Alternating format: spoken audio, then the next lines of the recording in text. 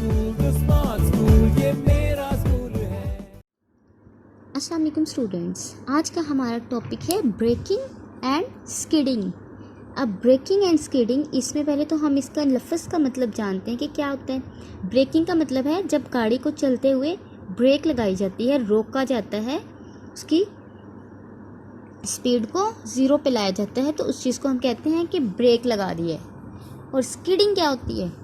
अब स्किडिंग क्या होती है? स्किडिंग को हम लोग इस तरह से डिफ़ाइन कर सकते हैं कि जब एक गाड़ी एक हाई स्पीड पे मूव कर रही हो तो हम एकदम उसकी ब्रेक लगाएं, at very high speed brake apply की जाए तो गाड़ी फ़ौरन रुकने की बजाय एक आउट ऑफ कंट्रोल सिस्टम में चली जाती है। कोई भी डायरेक्शन नहीं उसकी रहती, वो रैंडमली मूव करना स्टार्ट कर देती है। तो इस चीज़ को हम कहते हैं स्किडिंग। जब वो कोई सी खास डायरेक्शन की बजाय रैंडम मोशन स्टार्ट कर दे, when we apply brake at very high speed, then this situation is called skidding. ये आप स्किडिंग की एक एग्जांपल भी देख सकते हैं, डायग्राम बनाई गई है। तो ये क्या हो गई है? स्किडिंग हो गई है यहाँ पे कार की, जिसकी वजह से वो रैंडमली मोशन स्टार्ट कर देती है विदाउट ब्रेक। अब इस टॉपिक को हम रीड करते हैं। The wheels of a moving vehicle have two velocity components. क्या होते हैं? मूविंग गाड़ी के जो व्हील्स होते हैं उसमें वेलोसिटी के कितने कंपोनेंट्स होते हैं? टू मेन कंपोनेंट्स होते हैं। इसमें आपका एमसीक्यूज भी बन सकता है कि मूविंग व्हीकल्स में वेलोसिटी कंपोनेंट्स कितने होते हैं, वो आप लोग मेंशन करेंगे। ठीक है, फर्स्ट वन क्या है? Motion of wheel along the road. Wheel की जो मोशन होगी रोड के साथ, वो एक कंपोनेंट आ जाएगा उसका। और सेकंड वन क्या होगी? Rotation of wheel about their axis. Second क्या होगी? एक्सिस के गिर्द वो किस तरह से रोटेट कर रहा है, एक कंपोनेंट हम उस चीज़ को ले लेंगे। और दूसरा कंपोनेंट हमारा होगा कि व्हील किसी भी रोड के ऊपर किस तरह से मूव कर रहा है, कितनी स्पीड के साथ, कितनी वेलोसिटी अप्लाई कर रहा है। तो ये दो चीज़ें क्या होगी? इसके कंपोनेंट्स होंगे वेलोसिटी के। अब आगे मूव करते हैं। To move a vehicle on the road as well as to stop a moving vehicle requires friction between its tire and the road. किसी भी व्हीकल को किसी रोड के ऊपर मूव करवाने के लिए या चलती हुई गाड़ी को स्टॉप करवाने के लिए हमें किस चीज़ की रिक्वायर होती है? रेजिस्टिव फोर्स, जिसको हम फ्रिक्शन बोलते हैं। ये लास्ट टॉपिक में भी हम लोगों ने पढ़ा था बच्चों कि किसी भी बॉडी को जो मूव करवाने के लिए क्यों मूव कर रही हैं किसी रोड्स पे? क्योंकि उसमें फ्रिक्शनल फोर्सेस होती हैं। अगर कोई रेजिस्टिव फोर्स ना हो तो कोई भी चलती हुई गाड़ी कभी स्टॉप ही ना हो। रेजिस्टेंस है जो रुकावट की फोर्स है, वही उसको गाड़ियों को मोशन के लिए भी रिक्वायर होती है और मूविंग बॉडीज़ को रोकने के लिए भी। अब इसकी एग्जांपल भी दी गई है। For example, if the road is slippery और the tyres are worn out, then the tyres instead of rolling slip over the road.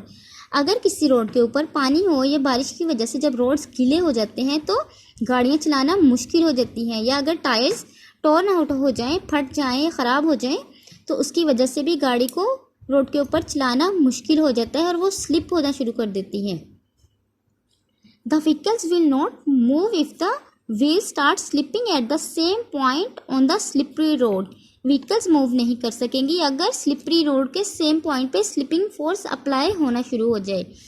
यही है ना, अगर व्हील स्लिप कोई भी रोड पे ऊपर स्लिपरी सरफेसेस होती हैं, जैसे मोटरवे वगैरह की ऐसी रोड्स होते हैं, अगर उन पे गीले हो जाते हैं, जब बारिश की वजह से वेट सरफेसेस हो जाती हैं तो वहाँ पे स्लिपरी सरफेसेस बन जाती है, मूव करना ईजी नहीं होता ऐसी रोड्स पे। Thus for the vehicles to roll, the force of friction, gripping force जिसको बोलते हैं, फ्रिक्शन को हम ग्रिपिंग फोर्स भी बोलते हैं, between the tires and the road must be enough that prevent them from slipping. So slippery surfaces पे move करवाने के लिए किसी भी गाड़ी को या टायर्स को क्या होता है? एक फ्रिक्शनल फोर्स रिक्वायर होती है, जिसको हम ग्रिपिंग फोर्स भी बोलते हैं। Similarly, to stop a car quickly, A large force of friction between the tires and the road is needed. जब एक गाड़ी बहुत हाई स्पीड पे मूव कर रही होती है तो उसको रोकने के लिए हमें क्या होती है? एक लार्ज फोर्स होती है रिक्वायर, जिसको हम लार्ज फ्रिक्शनल फोर्स बोलते हैं।